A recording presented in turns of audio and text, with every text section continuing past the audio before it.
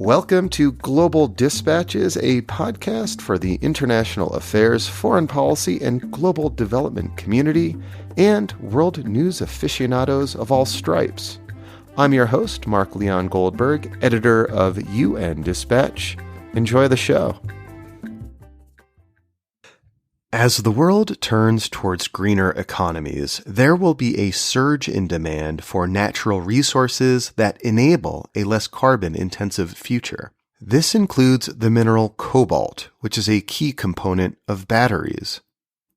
Most of the world's supply of cobalt is in the Democratic Republic of the Congo, the DRC. The last time there was a surge in demand for minerals in the DRC, the competition over access to those minerals was a key driver of conflict in the eastern part of the country. And still today, numerous armed groups continue to operate there. This obviously raises the prospect that increasing demand for cobalt might contribute to insecurity in the DRC. So what can be done to prevent that outcome and ensure DRC's vast cobalt supplies contribute to peace and development, not insecurity and conflict? On the line with me to explain the link between mineral extraction and conflict in the DRC is Laurent Kasindi, Program Quality Specialist at Search for Common Ground. We kick off with a discussion about cobalt mining in the DRC before having a broader conversation about strategies around cobalt extraction that may support peace building and sustainable development.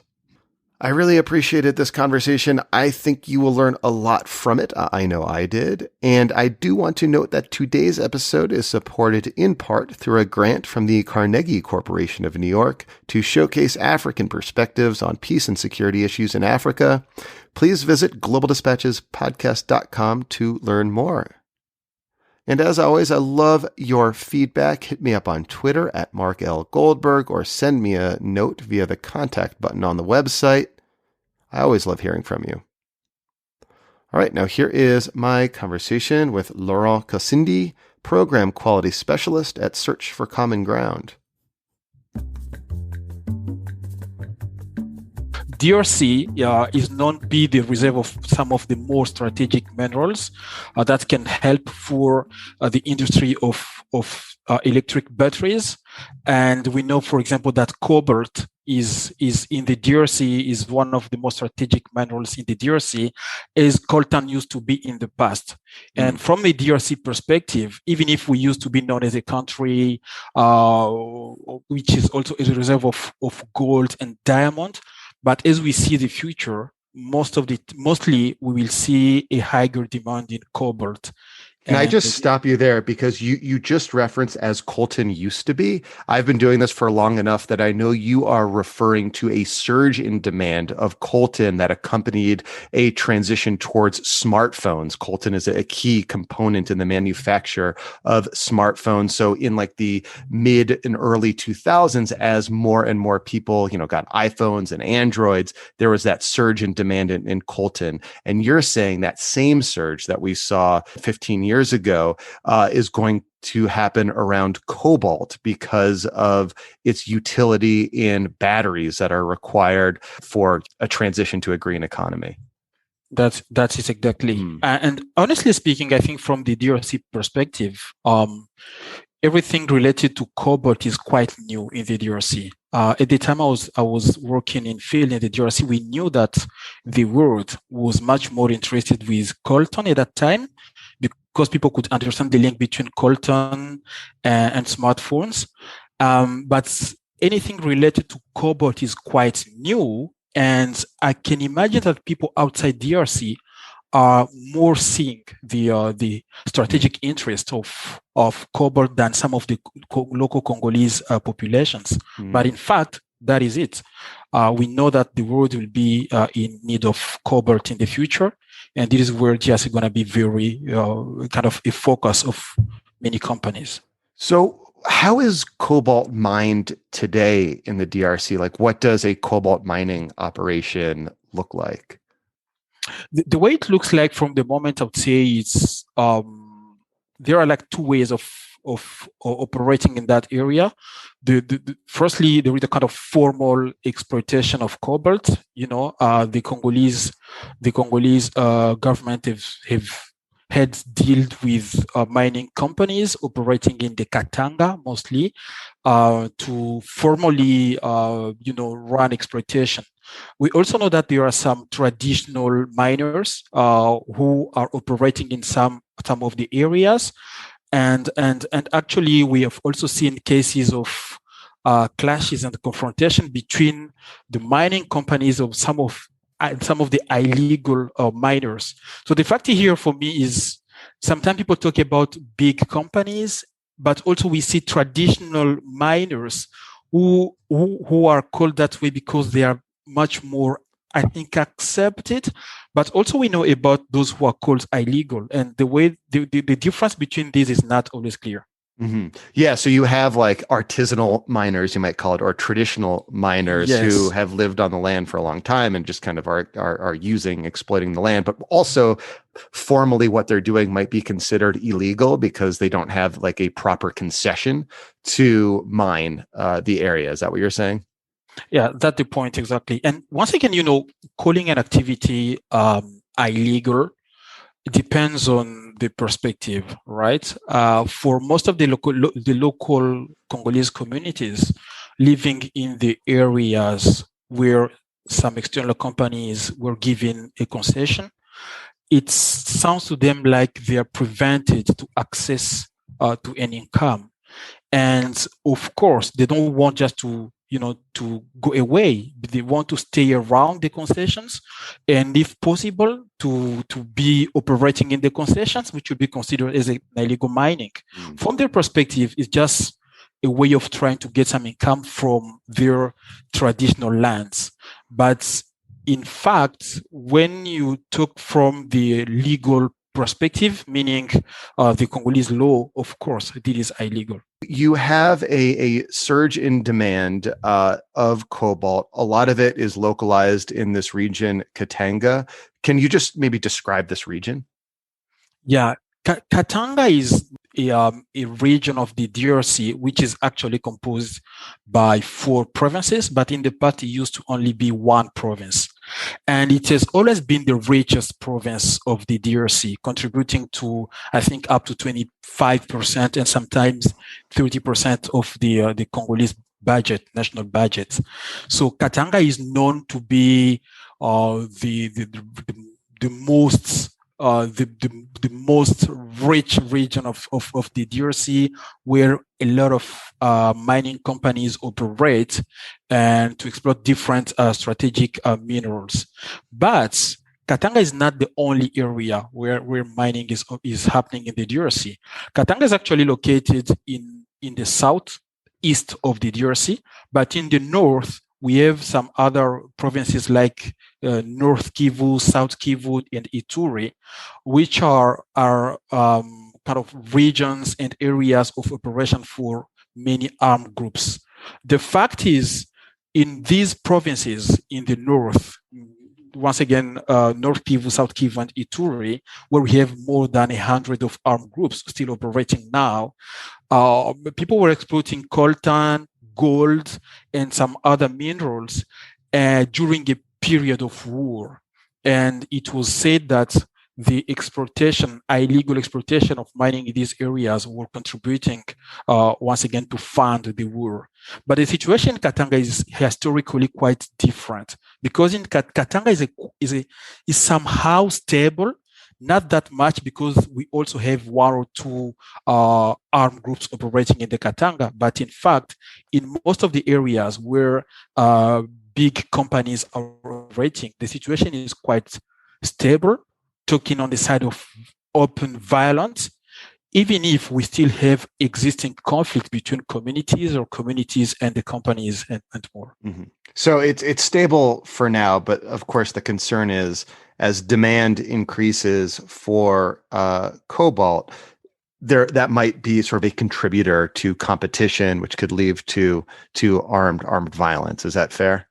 Exactly. So the situation in the DRC, and I think it's very interesting to see how what we've been seeing in the Kivu, so the other provinces, which are actually even now under operation of armed groups, is that we see if people don't take benefits of the exploitation of mining, and if there is a lack of governance and there is a lack of security and control of the government by the government on these areas, it can rapidly escalate to become a violent context and get out of control. So the fact is, Katanga, which used to be known as a much more stable part of the DRC, has turned out to become a little bit more unstable during the 10 past years, because we see the emergence of armed groups located in the Katanga as well, even if they don't have the same level of violence, against the mining companies. But what would happen if this increase in the demand of cobalt doesn't benefit to the communities in the Katanga? And we know that in the DRC, most of the time, the creation of violent groups will most of the time be nourished by frustrations. So if local communities continue being frustrated because they're not getting any benefits of the exploitation of the cobalt in their regions, of course, there will be a clear tendency to create armed groups and to create more violence against the companies and any institution representing the government. So I know that you focus on strategies to prevent that outcome from happening and on programs to prevent violence from erupting in parts of the DRC. Can you maybe just describe or explain what can be done to prevent what happened in Ituri and Kivu, where the surge in demand for coltan was a contributor to violence that is ongoing in that region today? What can be done to sort of prevent that from happening in Katanga? Yeah, the first point is, I think, is globally looking at the governments in the DRC, the governance system in the DRC. I think it's all start on that point. People need a government which is legitimate enough and which has a certain credibility towards the local communities, because any mining deal is signed between external stakeholders and the Congolese government. And people need to feel represented by the government, which is not a case of all the time. So firstly, people need to support the Congolese government to be able to show a certain level of accountability towards the communities in what they are doing with the money, the taxes coming from the mineral exploitation. That's the first thing. And we need that accountability. We need that transparency, which is supposed to be implemented by the Congolese government, of course, with the mining companies. But from my perspective, there is a lot which needs to be done by the Congolese government. The second point is mining companies needs to reach a better understanding of the existing context in the concessions or area where they have to exploit. So in DRC, you will see at any time and in every region that before an external mining company would come to operate, there is, of course, a conflict dynamics in the region that need to be understood and taken into consideration. And if they don't take that into consideration because they don't assess enough the context, they don't understand enough what are the kind of relationship between different communities, then there is a high risk of making mistakes in escalating pre-existing conflicts. This is what we call conflict sensitivity, etc. Common ground. So we need mining companies, to be more conflict sensitive. Conflict sensitivity, that's an interesting term. And I suppose it's born, as you mentioned, from the fact that these are external companies. These are just foreigners coming in. They have one goal, to extract the resources, but they don't perhaps have a nuanced understanding of the communities in which they're operating. Exactly. And another point now, it's about the development of these areas. So Once again, what I see all the time in the DRC is that when you visit a place where there is a mining exploitation, you feel that gap between the big machines and engines which are circulating in the community, some clear and kind of external proof, kind of evidence of richness of money. What you can see from the staff of the mining companies is opposed to how poor the local communities are. So, and I think that is very frustrating, and you cannot avoid having a clash between the mining companies and the local communities in a context where people lack schools, they lack, access to high quality treatments, they lack roads for their agriculture and much more. And at the same time, and in the same region, you have these external people coming from outside, from Europe, from South Sudan, from China, coming in there and representing, that level of having money in hand because they are staffed, because they are well equipped, because they have a lot. So for the Congolese communities, the key point here is to see that the exploitation which is underway in the region is also benefiting for the region to be developed. And if this is not happening, I think it will always remain a big trouble. And this is where we see sometimes that mining staff are being attacked, for example, or an increase in illegal mining in the concessions, which will create clashes, and sometimes people can get to be harmed or killed. It can happen.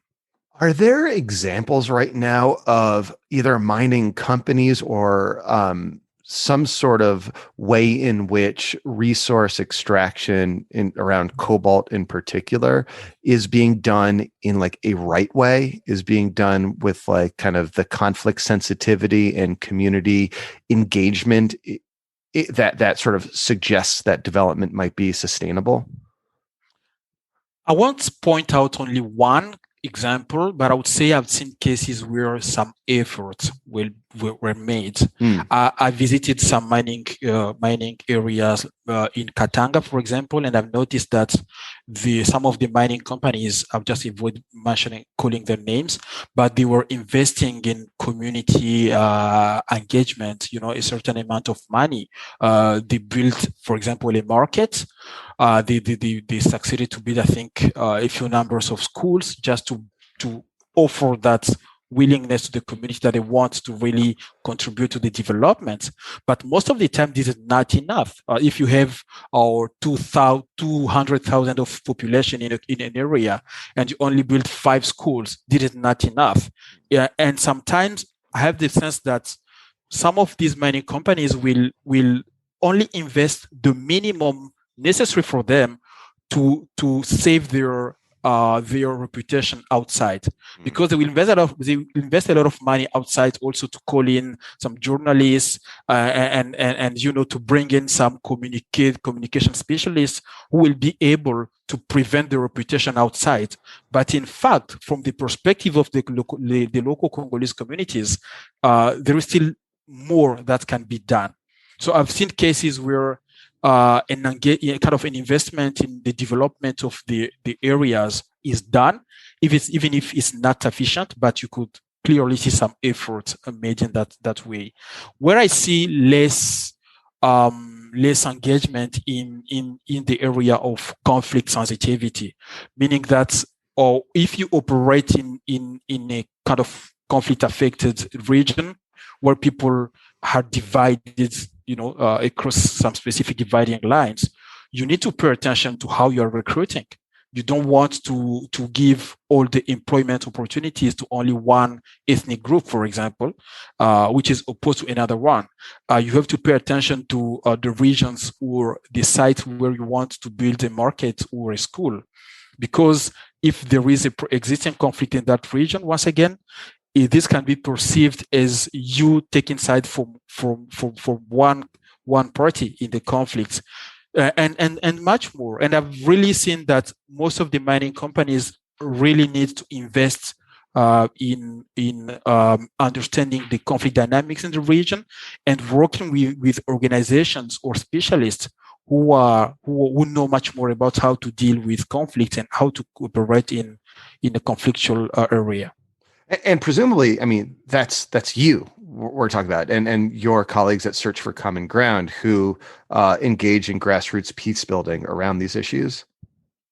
Yeah, exactly. So this is what we've seen because we had chance to be operating like in parallel in some of the areas where a mining exploitation was going on. And we could see from our personal experience that a lot could be done or some of the escalations could be avoided if the mining companies were much more investing in conflict sensitivity. But it's not only our perspective. We have concrete examples even now in the Kivu where a big mining company is no longer accessing some of their concessions because they were attacked by armed groups.